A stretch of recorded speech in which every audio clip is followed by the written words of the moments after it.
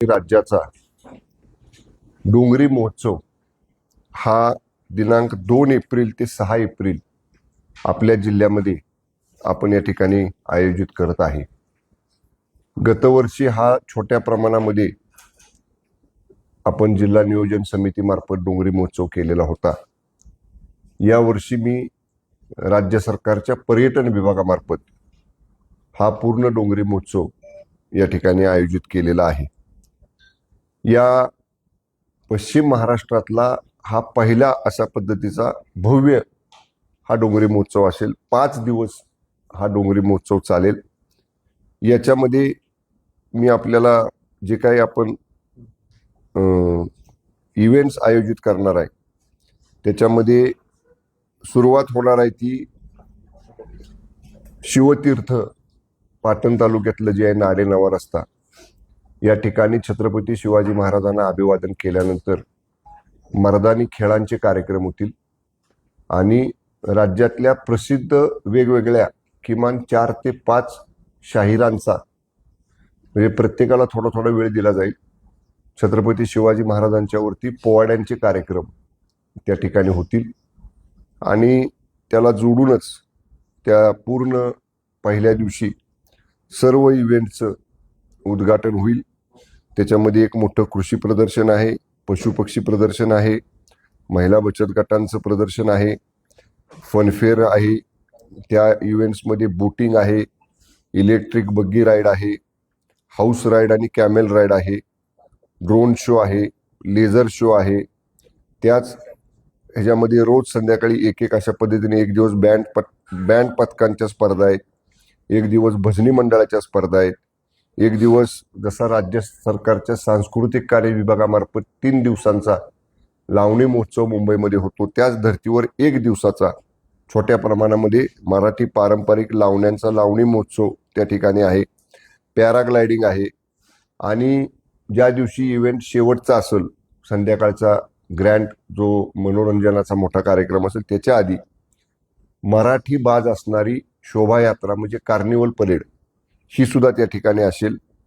त्याचबरोबर ज्या दिवशी 6 तारखेला सायंकाळी भव्य अशा पद्धतीचा हिंदी मराठी असा संमिश्र व्हरायटी शो असा म्हणजे एंटरटेनमेंट प्रोग्राम हा त्या ठिकाणी आपण आयोजित केलेला आहे। विशेषतः सातारा जिल्ह्यातल्या पाटण तालुक्यातल्या पर्यटनाला चालना मिळावी यासाठीचा हा मोठा एक इव्हेंट किंवा मोठा कार्यक्रम आपल्या जिल्ह्यामध्ये या ठिकाणी आपण आयोजित केलेला आहे। यावेळी गेल्या वेळी आम्हाला वेळ कमी मिळाला त्यामुळे डोंगरी महोत्सव पाटणचा 2-3 दिवसाचा झाला पण एवढा काही भव्य झाला नाही, पण यावेळी खूप वेळ आहे। मी कालच परवा दिवशीच मुंबईमध्ये असताना माझ्या विभागाची राज्यस्तरीय बैठक घेतली होती। त्याच्यामध्ये महाराष्ट्र पर्यटन विकास महामंडळ आणि पर्यटन संचालनालय अधिक माझं राज्य सरकारचं पर्यटन विभाग या तिन्ही विभागांच्या वरिष्ठ अधिकाऱ्यांची बैठक मी या ठिकाणी घेतलेली आहे। याला लागणारी सर्व वित्तीय तरतूद ही माझ्या पर्यटन विभागामार्फत आपण केलेली आहे। जिल्ह्यामध्ये एक भव्य अशा पद्धतीचं इव्हेंट या डोंगरी महोत्सवाच्या माध्यमातून 2 ते 6 एप्रिलमध्ये आपण या ठिकाणी आयोजित केलेला आहे। आर्थिक चालना मिळेल, महिला बचत गटांच्या उत्पादनांना त्या ठिकाणी बाजारपेठ उपलब्ध होण्याची संधी मिळेल आणि ह्याच्यामध्ये एक सांगायचं राहिलं फनफेअरमध्ये खाद्य जत्रा आहे। म्हणजे जसं आपण महाबळेश्वरच्या महापर्यटन महोत्सवामध्ये अगदी कोकणातली खाद्य संस्कृती, विदर्भातली खाद्य संस्कृती, खानदेशातली खाद्य संस्कृती, परत कोल्हापूरची पश्चिम महाराष्ट्राची खाद्य संस्कृती अशा राज्यातल्या वेगवेगळ्या विभागातल्या खाद्य संस्कृतींची खाद्य जत्रा म्हणजे त्या ठिकाणी फूड मेला सुद्धा याच कार्यक्रमामध्ये आपण आयोजित केलेला आहे। त्यामुळे एक आर्थिक उलाढाल होईल, छोट्या व्यावसायिकांना, छोट्या उद्योजकांना त्या ठिकाणी त्यांचा उद्योग व्यापार करायसाठी संधी मिळेल, अधिक राज्यातले पर्यटक मोठ्या प्रमाणात आकर्षित होतील।